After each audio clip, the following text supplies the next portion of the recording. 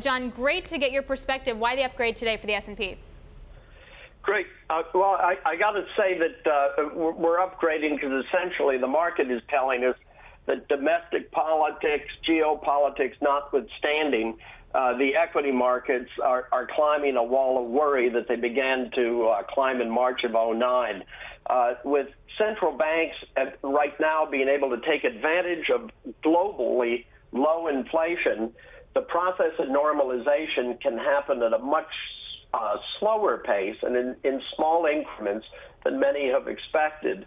As a result of that, we think there's greater risk, at least near term, in bonds than in stocks. So we think that stocks are likely to rise higher. We also look at earnings. We're closing in on a fourth consecutive quarter of positive earnings growth for the S&P 500.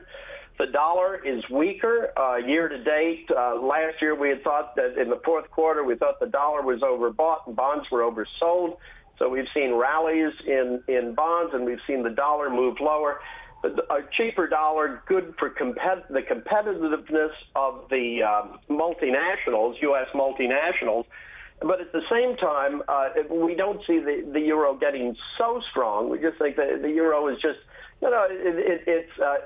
it had moved sharply lower around what? There were people who were thinking it was going to parity in 2015 and 2016. So now it's revived somewhat. Brexit doesn't look as much of a problem. So we like equities globally. But for the S&P 500, we've taken our target from 2450 to 2650.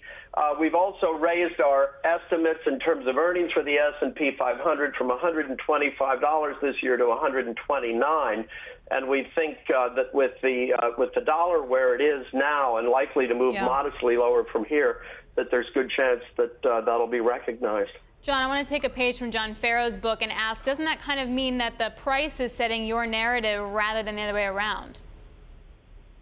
Well, I would say the fundamentals are setting our narrative.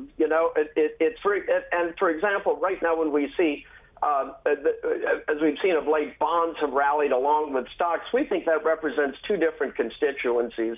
We think the bond buyers are just buying the bonds, and the stock people are buying the stocks. The global asset allocators are using bonds mainly for ballast in portfolios, recognizing that this market remains very prone to rebalancing and rotation, but the general position seems on economic fundamentals and earnings, revenues and earnings growth on a global basis.